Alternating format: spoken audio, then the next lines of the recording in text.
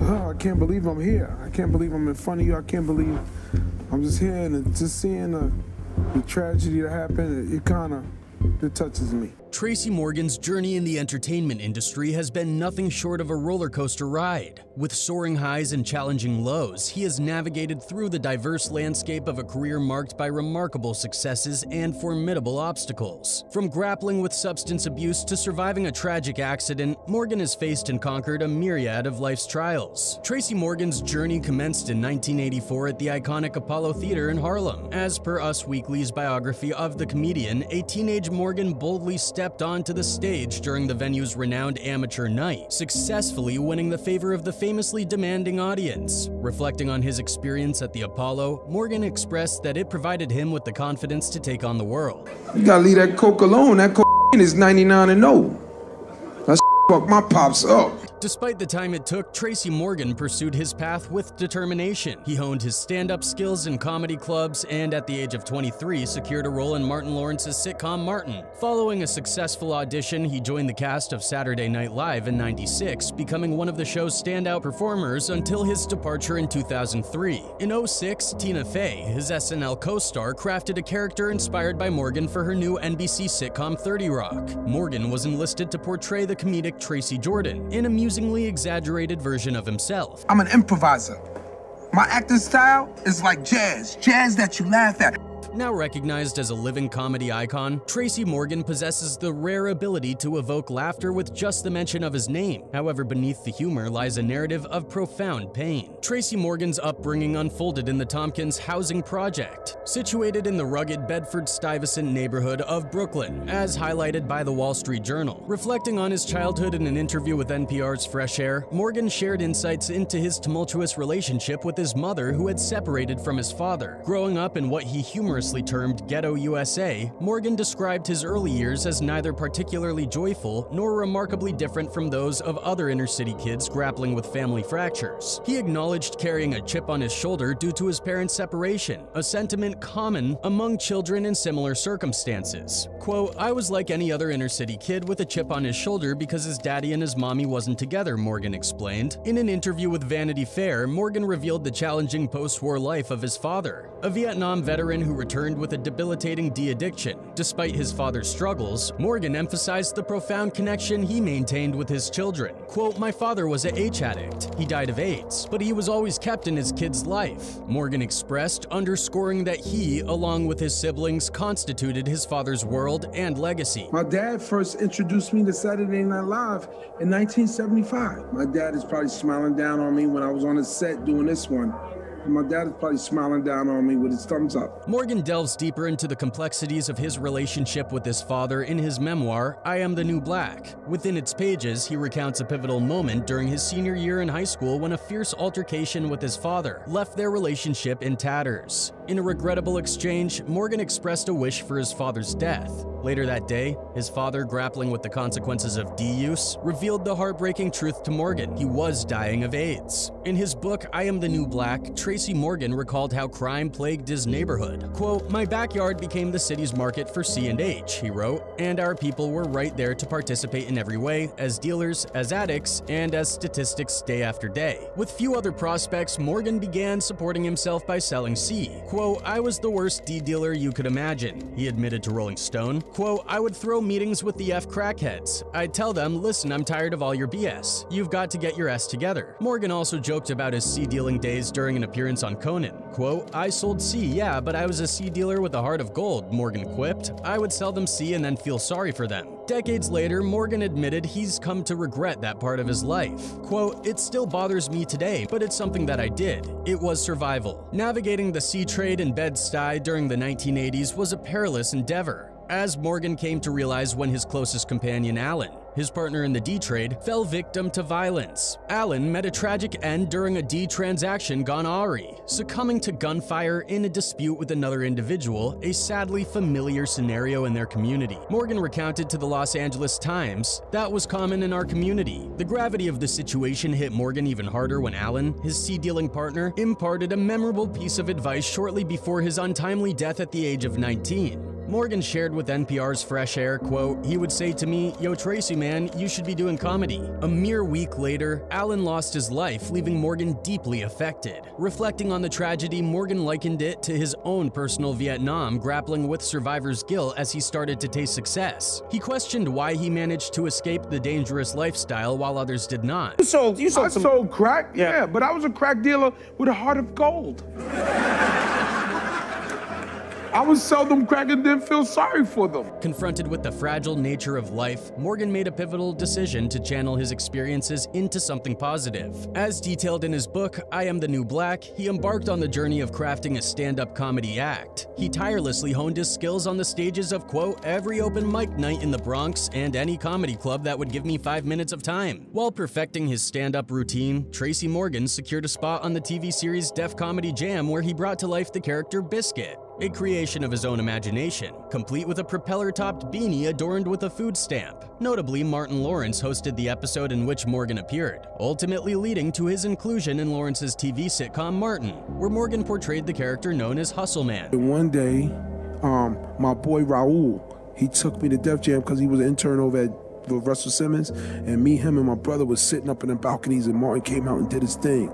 When Morgan auditioned for Saturday Night Live, he showcased Biscuit among his repertoire of characters. In an interview with the New York Times, Morgan revealed that although he had to learn how to develop a character, he realized that they were already in me. Biscuit, he explained, was a reflection of himself as a child with a chip on his shoulder due to his father's absence. Despite securing a role on SNL, Morgan initially struggled to find his footing on the show. As he confessed to Rolling Stone, he was seldom cast in sketches and felt disconnected from the rest of the cast. Morgan, essentially the only black member at the time besides Tim Meadows, had a transformative moment when SNL executive producer Lorne Michaels had a conversation with him. Michaels reassured Morgan, saying, quote, Tracy, you're not here because you're black, you're here because you're funny. Morgan never forgot those words, stating, I'm here because I'm funny. In 1996, Tracy Morgan received a diagnosis of type 2 diabetes, and in an interview with Time via Entertainment Weekly, he admitted that he didn't take his diabetes seriously until he got really sick one day, exacerbating his condition. In 2010, Morgan faced another health challenge, necessitating his absence from the 2 episodes of 30 Rock as he underwent a successful kidney transplant. A representative informed EW that Morgan was, quote, doing well and taking some much-needed time to recover after the surgery. Unfortunately, health issues continued to plague Morgan. In 2012, TMZ reported an incident during the Sundance Film Festival where Morgan, appearing extremely intoxicated, fell unconscious while being escorted out of an award show ceremony. An ambulance was dispatched to rush him to the hospital. A spokesperson for the hospital informed TMZ that no D or A were found in Morgan's system, and his representative attributed the comedian's collapse to a, quote, combination of exhaustion and altitude. I suffered some terrible injuries, traumatic brain injury, broke every bone in my face, my ribs. I pulverized my femur.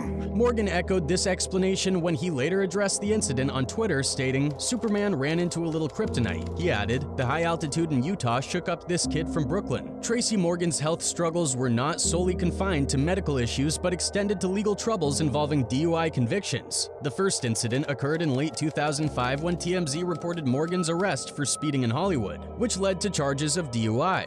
Less than a year later, he faced another DUI arrest, this time in Manhattan. According to TMZ, police pulled him over because he was, quote, unable to maintain a position in a lane of traffic, smelled of alcohol, and subsequently failed a breathalyzer test. TMZ noted that this second arrest could be viewed as a violation of Morgan's probation from the prior incident. In 2007, TMZ reported that Morgan managed to avoid jail time but faced consequences for his actions. Alongside 5 days of community service, he was sentenced to wear a secure, continuous remote alcohol monitoring ankle bracelet, capable of detecting alcohol vapors emitted through the skin. Morgan was later required to wear the device for an additional 80 days when he was caught with a forbidden cocktail. E! reported in October 2007 that a judge ruled he had fulfilled the terms of his probation at that time. These legal challenges added another layer of complexity to Morgan's personal journey, emphasizing the need for accountability and adherence to legal requirements. But there was a life before show business. When I was a kid and in the 80s and crack was rampant. June 7th, 2014 marked a fateful day that remains etched in Tracy Morgan's memory. On that day, while being driven from a stand-up performance with friends, their vehicle was struck by a tractor trailer on a New Jersey highway. highway as reported by CNN. The collision resulted in Morgan being rushed to a nearby hospital and listed in critical condition. Tragically, his longtime friend, mentor, and fellow comedian James "Jimmy Mac" McNair lost his life in the incident. The Washington Post reported in August of that year that Morgan suffered severe injuries in the crash, including broken ribs, a broken nose, and a broken leg. The impact also left him in a comatose state for 2 weeks, during which he had no memory of the accident. Tracy Morgan's attorney, Benedict Morelli, disclosed that the comedian had additionally suffered a traumatic brain injury as a result of the crash. Addressing the uncertainties surrounding Morgan's recovery, Morelli told the Associated Press via NBC News in the immediate aftermath of the incident.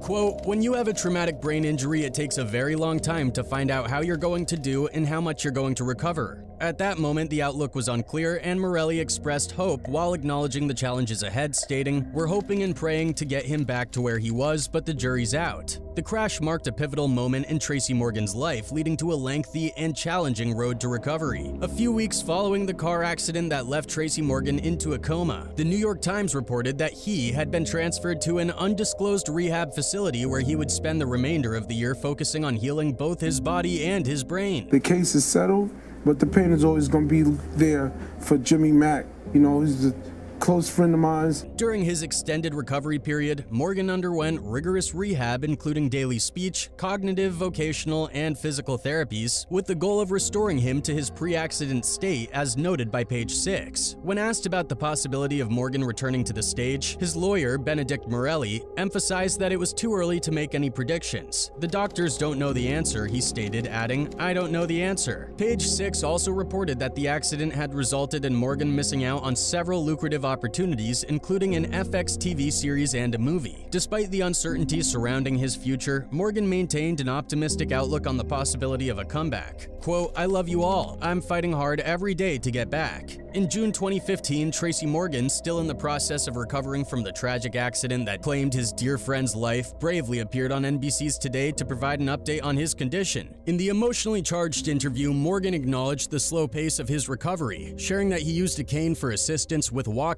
His brain injury resulted in memory issues and headaches, leading him to reveal, quote, "I have my good days and my bad days where I forget things, and there were times when he experienced headaches and nosebleeds." Addressing his potential return to comedy, Morgan expressed eagerness, stating that he, quote, "can't wait to get back on stage." However, he emphasized that his primary focus at the time was on healing and reaching 100% recovery. Quote, "When I'm there, you'll know it. I'll get back to making you laugh," he assured. In a subsequent interview with GQ, Morgan reflected on how the experience had reshaped his perspective on life and death. He remarked, quote, "When your room is ready, your room is ready. You know why I survived? Because I'm a tough mother effer. Those times don't last. Tough people do. That's why me and you still here." His journey to recovery was not just about physical healing, but also about gaining a profound appreciation for life's resilience and the strength that lies within. Tracy Morgan's tragic accident led to a highly publicized lawsuit against Walmart. The driver of the truck that collided with Morgan's vehicle was reported to have been awake for 28 hours at the time of the crash, a detail supported by the National Transportation Safety Board, as reported by Deadline. In May 2015, the Associated Press via CBC announced the settlement of Morgan's lawsuit against Walmart. Although Reuters speculated that the settlement figure could be more than $90 million for Morgan and another passenger, his attorney disputed this, stating to CBS News, "It's not even close to the number." The attorney did not disclose whether the actual settlement was more or less than what had been reported. His semi slammed into the limo van comedian Tracy Morgan was riding in. Roper failed to slow down after passing signs alerting drivers to a work zone and a lower speed limit.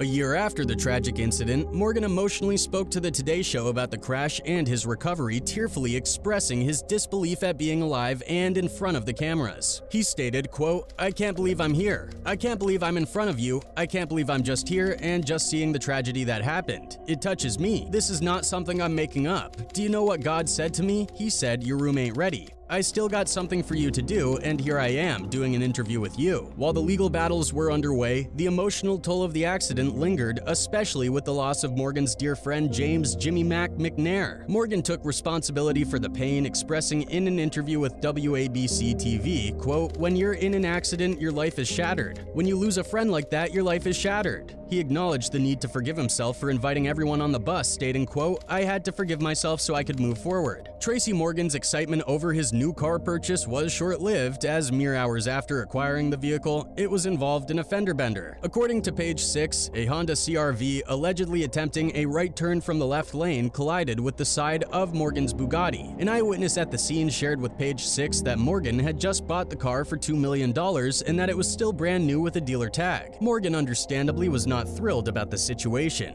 The driver of the other vehicle claimed she was left traumatized by the incident, asserting that Morgan was yelling at me, which left her scared. While the incident was certainly an inconvenience, it fell on the lighter side of the spectrum compared to Morgan's previous challenges. Taking it in stride, Morgan reassured fans on Twitter that he was unharmed, stating, quote, "Thanks for any concern, but I am totally fine." With a touch of humor, he added, "My new car? We shall see," putting the minor setback into perspective. However, his fans have always supported him. One of them wrote, quote, "He's a strong man to allow himself a moment to reflect on the most painful time probably in his life when everyone thought he would not make it. His survival is inspirational. Nothing is too hard for him to overcome. I hope he knows how much of a champion and hero he is." Another one added, quote, "My heart goes out to Tracy and all the lives this impacted. I pray he receives peace, as I know he will never forget, but at least one day he will be able to accept and move on the best he can. I believe circumstances change people, and you can definitely see this in him. This shows that he will forever live in the heart of his fans, and his legacy in the world of comedy can never be forgotten."